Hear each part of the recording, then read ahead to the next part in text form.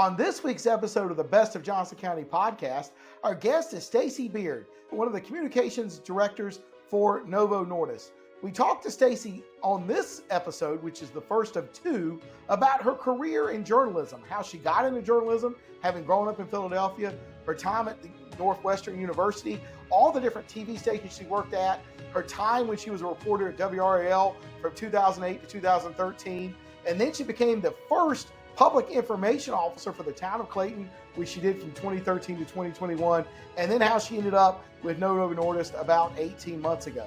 I think if you will find it interesting and fascinating. Her story is a great one about somebody who just fell in love with journalism and turned that into a career of journalism and then providing information where you're just telling the town story just like you would tell a news story, and now telling Novo Nordisk's story to the public and all the things, the good things that Novo's doing in Johnston County. So listen in. Welcome to another episode of Best of Johnston County, brought to you by Breeden Law Office. Our host, Jonathan Breeden, an experienced family lawyer with a deep connection to the community, is ready to take you on a journey through the area that he has called home for over 20 years. Whether it's a deep dive into the love locals have for the county or unraveling the complexities of family law, Best of Johnston County presents an authentic slice of this unique community. Hello, and welcome to another edition of the Best of Johnston County podcast. I'm your host, Jonathan Breeden, and on today's episode, we have Stacy Beard with Communications with Novo Nordisk plant in Clayton, North Carolina. We're going to do two episodes of her. In this first episode, we're going to talk to her a little bit about her career in broadcast journalism. Many of y'all remember her at WRAL as a reporter from 2008 to 2013, and then her transition into the first public information officer for the town of Clayton. Then she spent some time away county government, and then she landed with Novo. So we're talking a little bit about her career, how she got to Johnston County, a little bit about broadcast journalism. We've not had a broadcast journalist on this podcast, and a little bit about Novo and what it's doing. And then we're going to do a second episode that's going to run in a few weeks. We're going to talk almost all about Novo Nordisk, about what it does, the first expansion, the new expansion, and the miracle drugs that it puts out. And many of you don't know that depending on which day of the year it is, Novo Nordisk is one of the largest companies in Europe. It was the largest, depending on which day, depending on stock price. But many people don't realize that one of the largest companies in the world, really, and definitely in Europe, has one of their main hubs right here in Johnston County. We're going to talk a little bit about that. So anyway, before we do that, we'd like you to like, follow, and subscribe to this podcast wherever you see it, whether we're on Apple, Spotify, YouTube, LinkedIn, TikTok, or any of the other social media channels of the Best of Johnston County podcast. The Best of Johnston County podcast comes out every single Monday, and we're now over 85 episodes. It's been coming out for over 18 months. So go back and listen to some of our previous episodes. We've had a lot of great guests on. We've had most of our Johnston County commissioners. We've had Congressman Brad Knott. We've had Representative Donna White. We've had small business owners like Dennis Ten Sims, Woody Bailey of Woody's Computing, Donald O'Meara, a realtor. Just about any type of profession, we've had somebody on talking about their profession and how their profession can help you and how they provide services right here in Johnston County, so you don't have to go to Raleigh to shop. Welcome, Stacy. Thank you. It's always promoting the county. So and you do a great job. Can I just say, I know you said like your family watches and they might be the only ones. I'm watching. I'm one of those watchers. You do a great job, and I think you fill a big void. Well, thank you. In the county. Thank you for saying Thanks that. Thanks for having me on. I've tried. I started this to put positivity about Johnston County in the community and to educate the neighbors about the businesses and the services in the county they live in, because so many people, there was an article just a couple of weeks ago, 77,000 people or 77% go to Raleigh for work. And I don't remember which one it was. It may be 77% of people. And I'm like, we got to let people know that we got everything they need in Johnston County. Right. We're even getting a Target in Johnston County at Selma, at North State Food Hall. So people say we need a Target. We're getting a Target. Getting it. So anyway, tell us a little bit about you and how, I guess, your career, where you grew up. I don't really know those answers. Well, it was my career that brought me here. If you go way back, born in Philadelphia. Okay. But in school, loved sciences, thought I was going to get into the sciences, but also in high school got involved with the newspaper, the school newspaper. And I said, man, I like writing. I really like writing. And so looking for schools to go to, wanted to go to a cool city, did not want to stay East Coast, wanted to see the rest of the country. And Northwestern had a really good journalism program. They do. And I said, let me see if I can get in. And I got in, I thought by accident. I said, I better go, that somebody messed up. They're going to find out if I don't accept, I'll go. And I loved it. And it was there. I thought I'd be a newspaper reporter.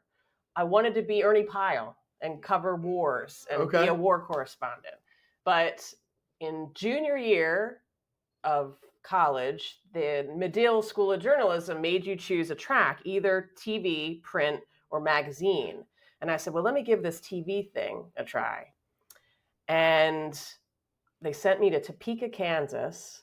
So I was like, oh my gosh, where am I? Yeah, especially from Philadelphia. Yeah, and I lived in the basement of a Jewish family who was hosting students. And they had 2 Siamese cats who stayed in the basement. It was like, I went to temple with them. It was like a total exposure to like crazy, Stacy's never been exposed to the Midwest, tornado season, like crazy. But I got on air there and I loved it. I loved that I could write and put pictures to it and tell a story that made people feel like they were right there. So I said, I got to do this. So graduated from Northwestern, stayed in the summer to teach high school journalists in a summer program they had there called the Cherubs. And meanwhile, I was sending out, I don't know, you remember them, VHS tapes. Yeah, VHS tapes, right? that was your resume in broadcast journalism, yes. Right? Absolutely. So sent out resume tapes on a VHS all over the country to tiny, tiny stations. Because at the time, you had to start small, and then, a broadcast reporter would make their way up. Eventually, you're hoping to get into the top 15 markets, the Philadelphias, the New Yorks, those kinds of things. And I didn't hear from anybody for quite some time. And I started to get worried. I think I got a job at UPS as a driver's helper during the holidays, which was this great. Still in Chicago? No, this was my family. My parents had moved into Jersey after that. All right. So in Jersey, riding the UPS truck, and I get a call from Carlsbad, New Mexico. And he says, you'll have to drive your own car. And I'm thinking, where is Carlsbad?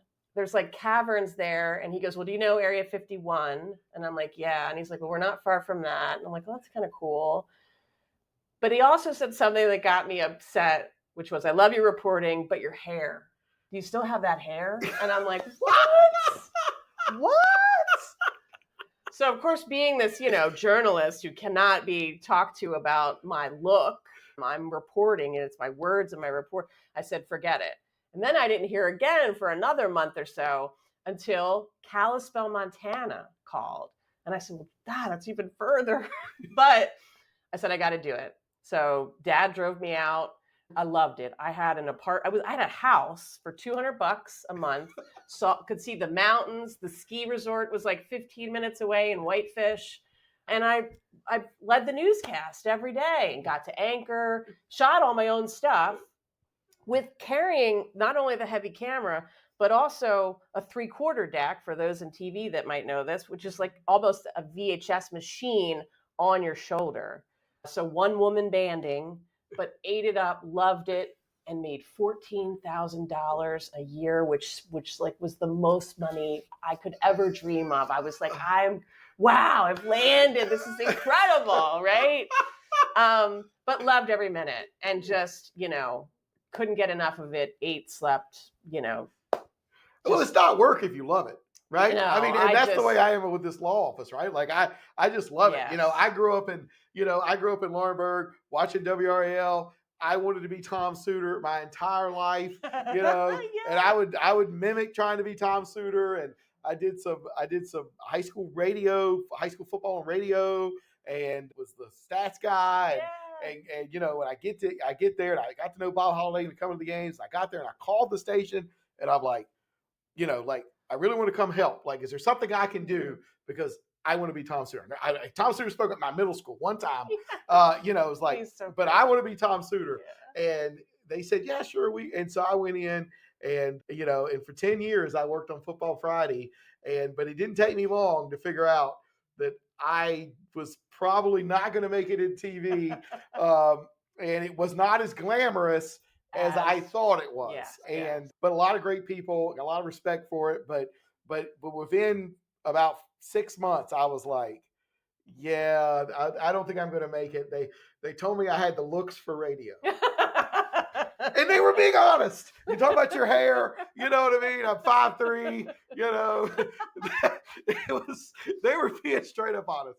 Tom Suter, Bob Holiday, honest as they could be. But anyway, so that was a ton of fun. So I got to live out my dream by being around my childhood heroes, volunteering, whatever, a few times a week, whatever, but not actually having to do it. So I got to see both worlds and realize that it wasn't for me, because I thought about going to Syracuse.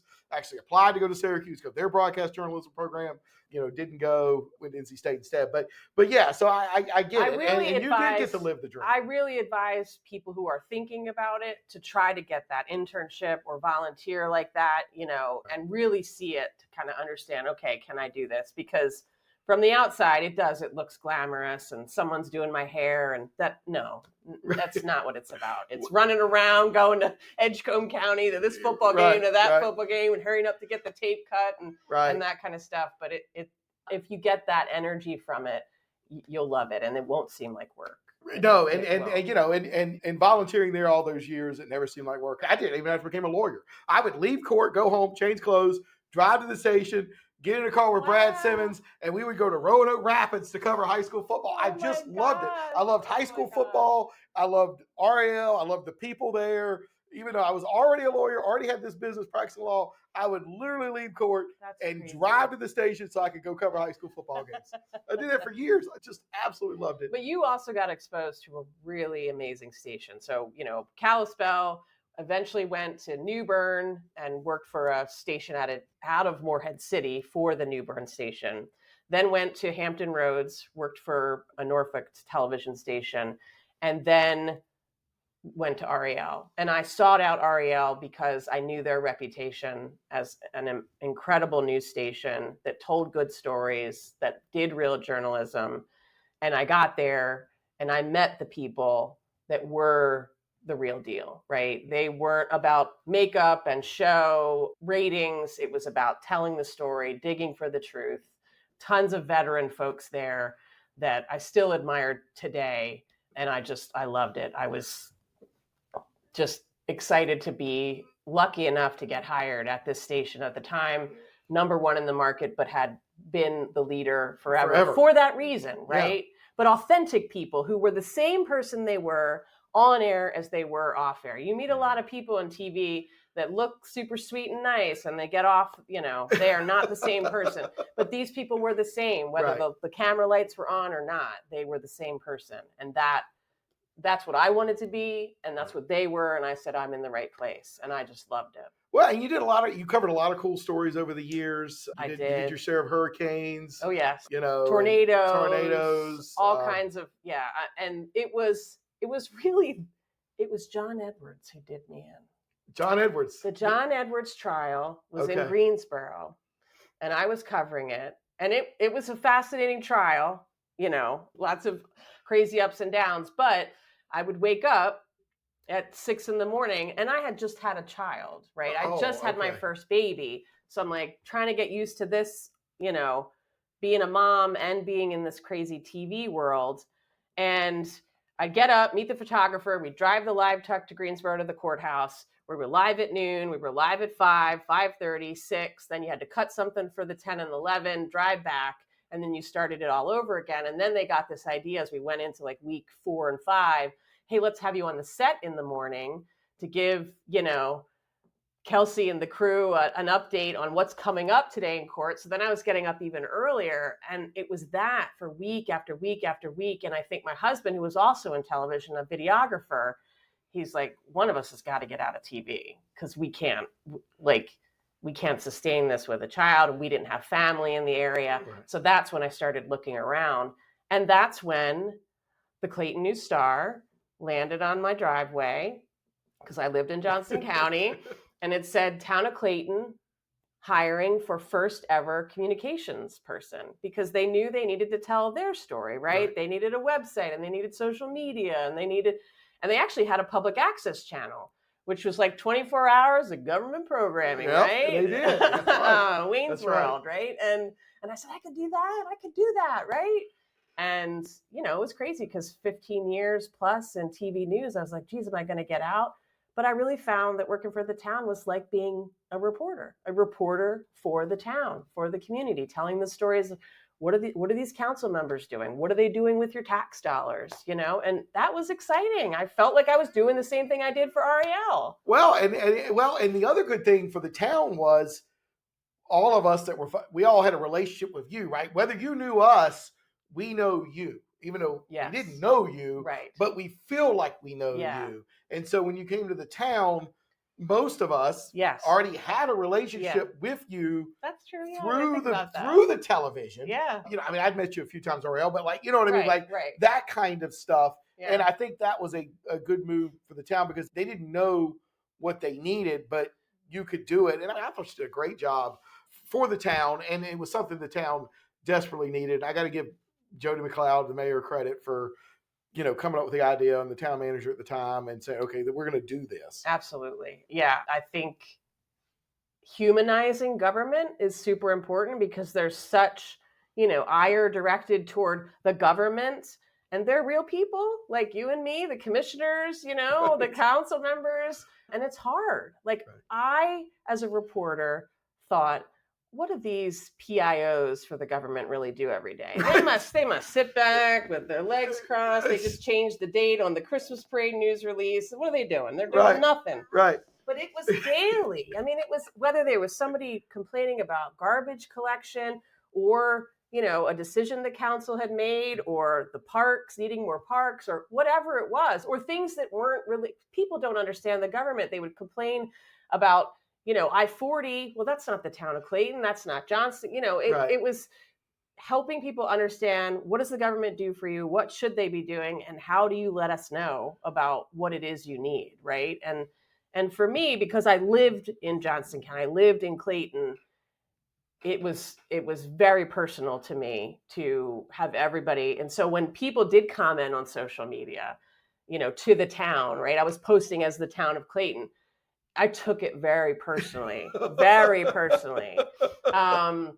which wasn't good. My husband would hear about it, and I'd probably talk to my son, an infant, about it, like, oh my gosh. But it means a lot for me to make sure people understand what their government is doing for them and what they can and what they can't do, but to appreciate the complexity and the difficulty of that. Yeah, and so you did that for 7 or 8 years? 8 years. 8 years, like 2021? 8 years, yeah. That seems like a long time. Yes. But yeah, it's like, Holly, it seems like you were just there. I know. Yeah, right? I mean, it's been 4 years, but like I just remember, and maybe it's because I knew you, like I would always pay more attention to what you're doing than what the current person is doing. Yeah.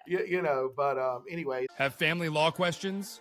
Need guidance to navigate legal challenges? The compassionate team at Breeden Law Office is here to help. Visit us at www.breedenfirm.com for practical advice, resources, or to book a consultation. Remember, when life gets messy, you don't have to face it alone. So you left there and you went to work for Wake County. Did you do the same thing for them? Doing the same thing for them. I was excited for the opportunity to work with a larger team because we were a small team. It was myself and Nader Abulhassan. He was our video guy. So he was making the videos, making Clayton look amazing. And I said, geez, and it was COVID. It was such a crazy time. But I did make a decision to go there, worked with a great team. It was what I was doing in Clayton on a grander scale, 1 million plus residents in Wake County. And I was loving it, wasn't looking for a job. And my buddies, Scarlett Tyner and Shayla Nunn-Jones, who I'd met at Novo Nordisk when I worked for the town of Clayton because they were building a second facility. Right. They called and they said, hey. And I said, hey. And they said, we're creating a new position. Novo's growing. We need somebody to speak externally to the community and to the world about us and what we do here and that we're hiring. And what do you think? And I said, well, geez, I wasn't looking for a job, but gosh, I live like 4 minutes from the plant. So, yeah. And I was new to corporate, new to foreign owned, new to pharmaceuticals. It's been a learning curve, but fascinating. I had driven past it and people drive past it every day. Yep. Had no idea, really what was going on inside, what they made there, how it was made, how many people, work there. So it's really been a fascinating experience. It's unbelievable. I mean, the first expansion was $2 billion with a B. And I've said this before on the podcast. At the time it was announced, it was the largest single private investment in the history of North Carolina. Yes. Now there have been some other bigger ones, including the second expansion, we'll call it. Yep. And then, of course, we just got the Amazon announcement for Richmond County last week when we're recording this at the beginning of June of 2025. And at the time they announced it, I don't think people realize that $2 billion was greater than the entire property tax base of the town of Clayton. Every Walmart, every McDonald's, every house, everything didn't add to the expansion that they were doing there on Powhatan Road for Novo. Now, Novo is not in the town of Clayton. It will never be in the town of Clayton. That's a podcast for another day. It's in an economic empowerment zone and stuff like that. But I did find it to be somewhat fascinating. We just think about adding that much value before you get to the jobs of just tax value to the county. Right. Yeah. And we, I say we have 3 sites in Clayton now. So we have the original site that was there 93. I actually interviewed the woman who was the 8th employee of Novo Nordisk. Oh my goodness. And she retired just recently after 30 years. So we've been a lot of people don't realize that Novo Nordisk has been in Johnston County for 30 years. The second facility, the $2 billion facility, is right across the street. And now just down the railroad tracks, down Powhatan, is the second, I call it the second expansion, right? I'll call it the second expansion too.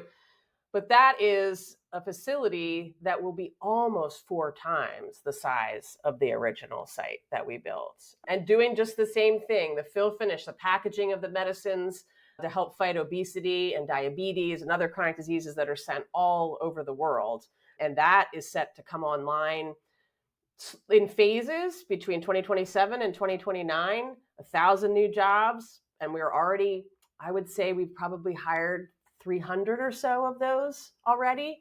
But at its peak, which will probably be later this year in the fall on the construction site, we'll have over 2,000 people working to build that. And it is the largest fill finish packaging expansion facility in all of Novo Nordisk.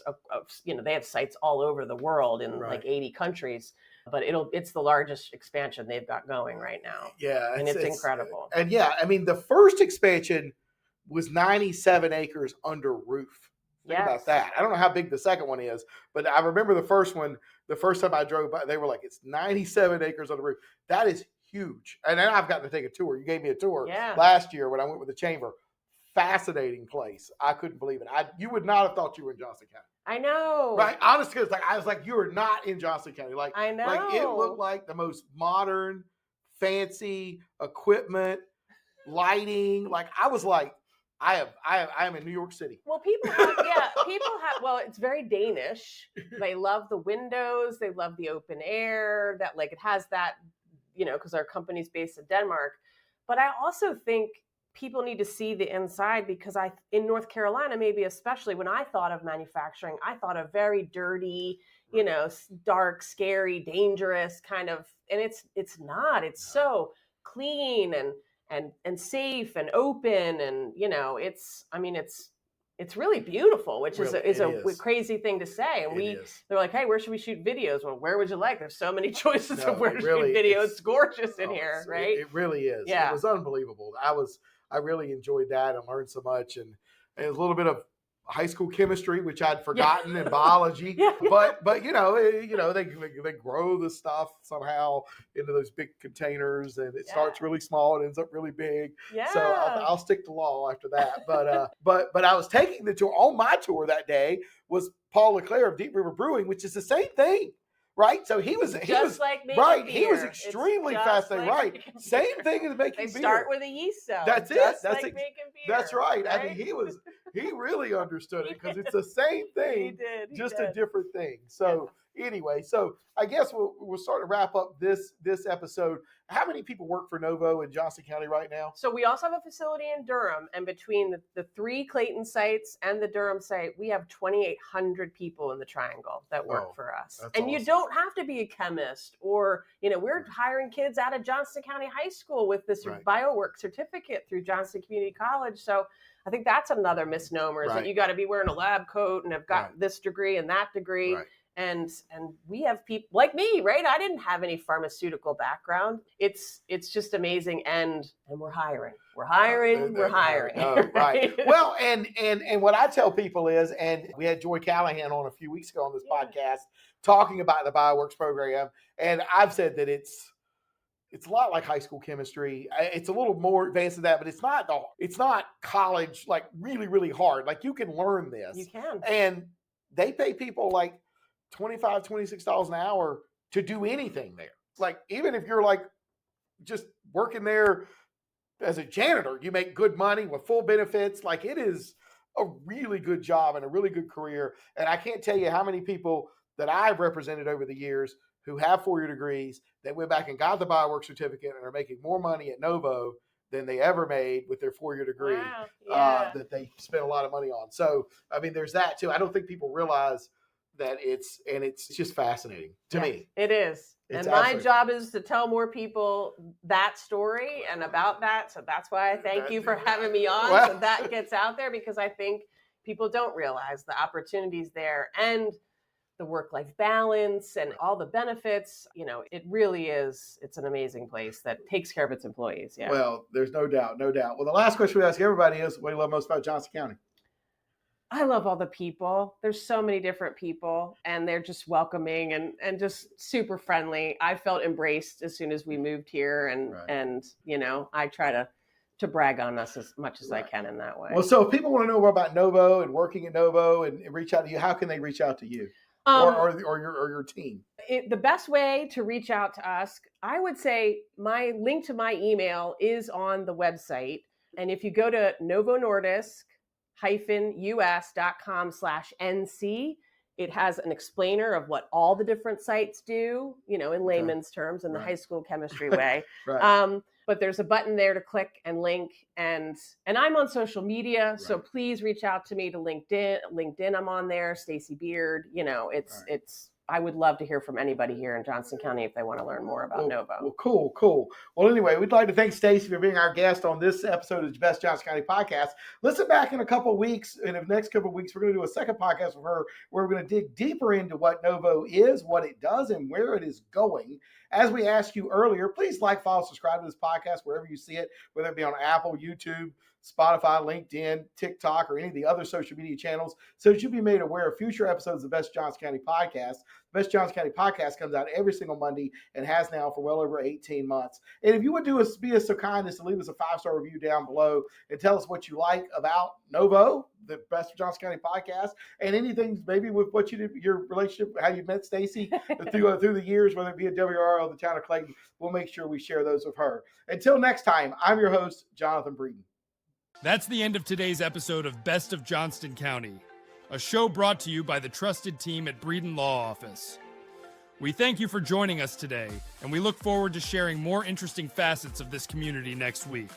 Every story, every viewpoint adds another thread to the rich tapestry of Johnston County.